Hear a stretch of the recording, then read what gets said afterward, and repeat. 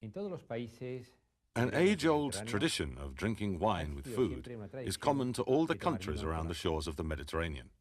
Our ancestors, however, generally had access only to their own locally produced varieties of wine. Today, things have changed for the better, and we have an enormous range of wines at our disposal, produced by many different family vineyards. In view of this, we at Torres feel it is worth investigating how to achieve the best possible harmonies between different wines and foods. This is a fascinating subject, but also a complex one. And for this reason, I have entrusted the writer, and my good friend, Mauricio Vicental, to carry out a study of the subject.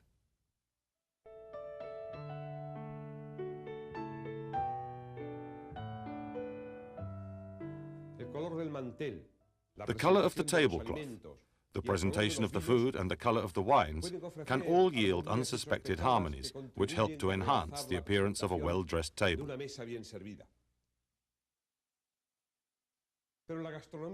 In gastronomy, however, the most important factor in the enjoyment of wine is the personality of the wine itself.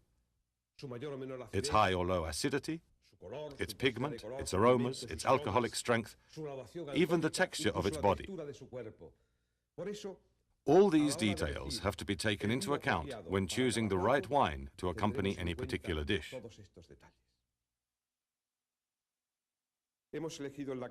We have now chosen our wines from the cellar. There are 5 classic rules which ensure that dishes are always matched by appropriate wines. The important thing to remember about this rule is that the fruity acidity of the freshest, youngest white wines makes a perfect match for seafood, especially if you use the trick of adding 2 glasses of the same wine to the cooking water.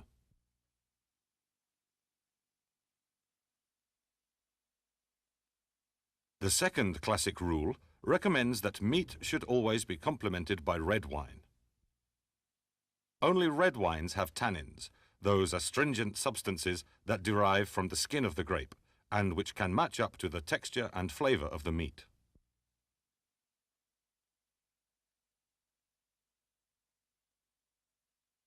The third classic rule stipulates that wines should always be smoother than the food that accompanies them. Strong, spicy meat dishes are not a problem, as any aged red can be served with them. But it is more difficult to find the right wine for a recipe such as duck in a sweet red fruit sauce. A dish such as this calls for a very delicate red, perhaps a Pinot Noir.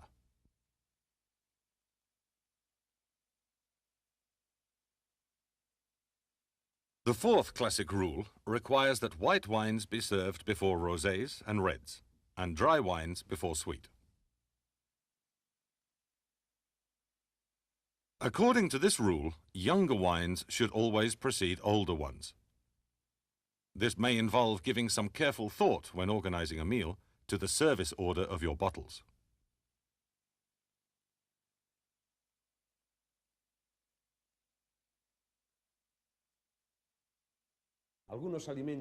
Some ingredients do not go well with wine due to their strong flavor, smell, acidity or texture. For this reason, use them with caution and moderation. Garlic is one such, as are onions, watercress, which releases formic acid into red wine, and eggs, whose sticky texture makes wine turn viscous. Appropriate solutions can always be found, even when you are faced with seemingly uncompromising foodstuffs such as bitter artichokes, endives, and celery, all of which find complements in fruity or even medium dry whites. An anchovy salad can be accompanied by a young white with fresh acidity or a more substantial rosé.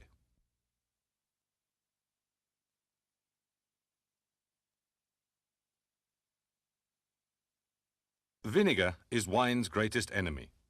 Lemon can be used as a good substitute for dressing salads, though some vinegars, such as excellent oak-aged balsamic vinegar from Modena, are not so harsh on wine.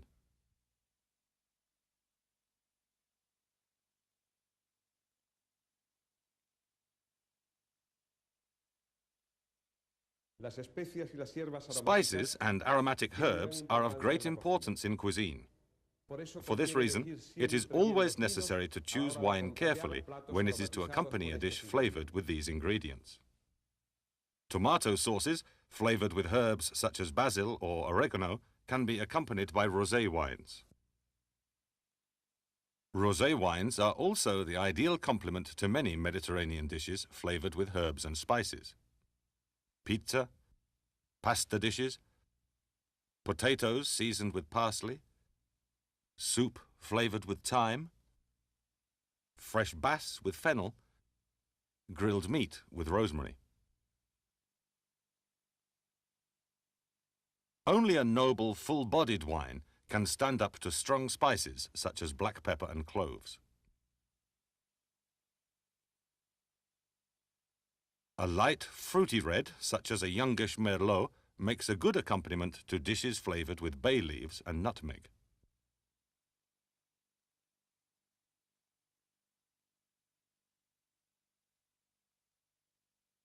Sweet spices, such as curry, cinnamon and turmeric, are the perfect match for the firm meat of the anglerfish, and a mature, perfumed Riesling makes a most delicate complement.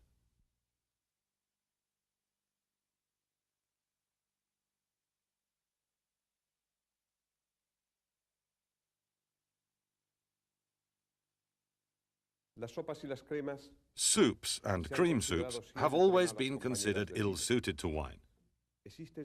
But there are, nevertheless, certain alliances to be found between broths, soups, cream soups, and wine. For example, a Spanish fish stew or a French fish soup will go down extremely well with a fruity rosé. Or how about a chickpea and meatball soup accompanied by a fine Mediterranean red, which can work wonders with simple pulses?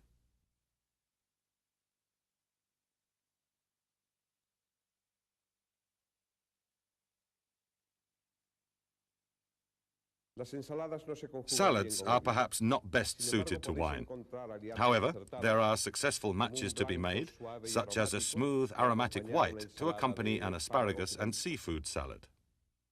You may find the idea of accompanying a salad with a young red wine surprising. But if you add a little dressing to your salad, especially one based on Modena balsamic vinegar, and serve it with cold meats, you'll find that a young red served fresh at 14 degrees centigrade will complement it very well.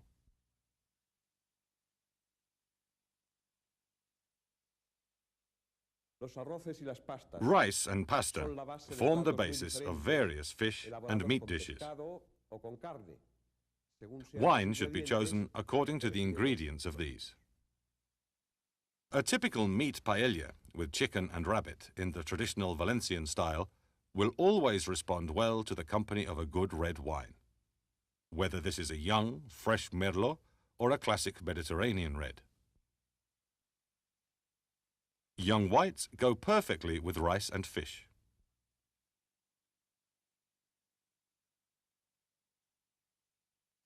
Pasta alla Napolitana, served in tomato sauce, demands a fruity rosé. The same wine is the ideal companion to cannelloni in a bechamel sauce or oven-baked lasagna.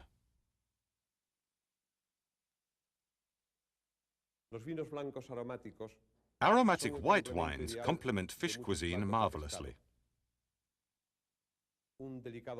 A delicate muscat can bring out the delicate texture of sole to perfection. Oven-baked fish has flavor that calls for a top-quality white wine, such as an oak-aged Sauvignon Blanc. Cooking the fish in a mushroom stock will make it even more suited to the best aged white wines. Sole with mushroom and peppers, cooked in a traditional Chinese style, is the perfect match for a good Chardonnay. Although rosé wines, such as a fruity Chilean Cabernet Sauvignon, can also blend perfectly with the sweet and sour contrasts of Oriental cooking.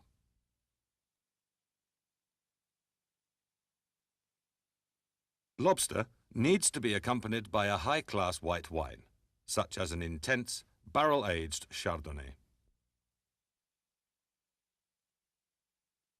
Smoked salmon only goes well with wine when it is of the very best quality. Salt and smoke should never dominate the sweet hazelnut flavor of the salmon. A full-bodied but elegant oak-aged Chardonnay can greatly enhance this sophisticated gastronomic treat.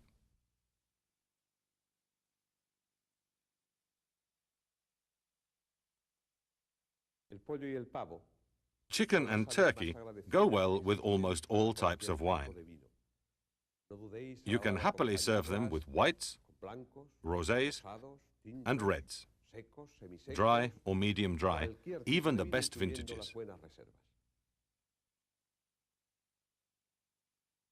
If serving the chicken in a pepper or Mediterranean vegetable sauce, choose a characterful Mediterranean red.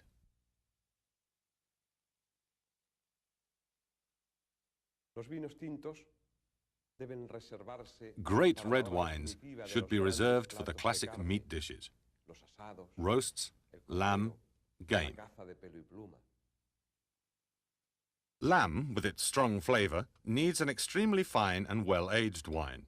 This, in fact, would be a good time to serve Torres Gran Coronas. As great Cabernet Sauvignon wines have a powerful structure with strong tannins, I would recommend accompanying the meat with a dish such as a pea puree to smooth the palate. It might also be useful to remember that pastry can also smooth out the tannins of great red wines. Strong meats, such as lamb, hare, wild boar and game in general, should be accompanied by good vintages, but never by very old wines, since these are unlikely to have the structure to withstand such powerful flavors. Notwithstanding Rule 1 above, some red wines can be combined with certain fish dishes. A slightly chilled red is the ideal accompaniment to grilled red mullet, for instance. Old wines sometimes acquire strong protein flavors, reminiscent of leather or game, due to a long period in the bottle. To eliminate these aromas, such wines should be decanted. If they are very old, however, there is a danger of ruining them by doing so. In this case, the best way of smoothing out these aromas is simply to serve the accompanying meat dish with a mushroom sauce.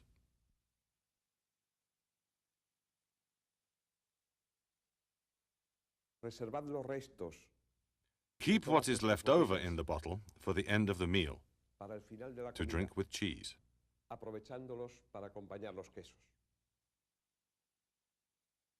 Soft cottage cheese can be accompanied by young wines, either white or rosé. Lightly salted cheeses, such as Burgos or Villalón, should be accompanied by a young white. A sweeter, softer cheese like Catalan Mató or Camarano de la Meseta will go better with the smooth fruit of a Chilean Cabernet Sauvignon. Soft French cheeses with a mold rind, such as Brie or Camembert, will balance very well against young reds. In the case of Brie, you could even choose a Pinot Noir. The more internationally renowned dry cheeses, such as Gruyère and Emmental, go well with any dry white or any red that isn't too strong. A nice dry, aged white wine will go well with goat's milk cheese, whether this is soft, hard, or pressed. Sheep's milk cheese is always buttery, very oily, and at times spicy, which means that only reds with good tannins, such as Cabernet Sauvignons, will accompany it well. It should be noted, however, that such cheeses can sometimes accentuate the acerbic quality of the tannins. Cow's milk cheeses, which are generally pressed and washed, always have a strong buttery taste. For this reason, they are ideally matched to the most delicate reds. Blue cheeses, such as Roquefort, have an affinity with traditional fortified wines. But strong, intense reds also go well with this and other similar cheeses, such as the creamy Cabrales.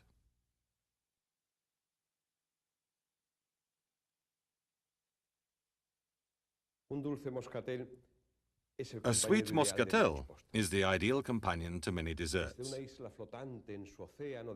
from vacherin to crème caramel and apple tart. Fruit salad and strawberries can also be steeped in this wine to delicious effect.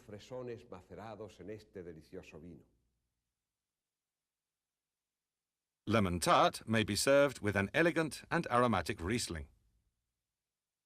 Try flavoring tarts and ice creams with a few drops of Gran Torres liqueur, which combines the finesse of brandy with the fragrance of oranges. And let's not forget figs with cream.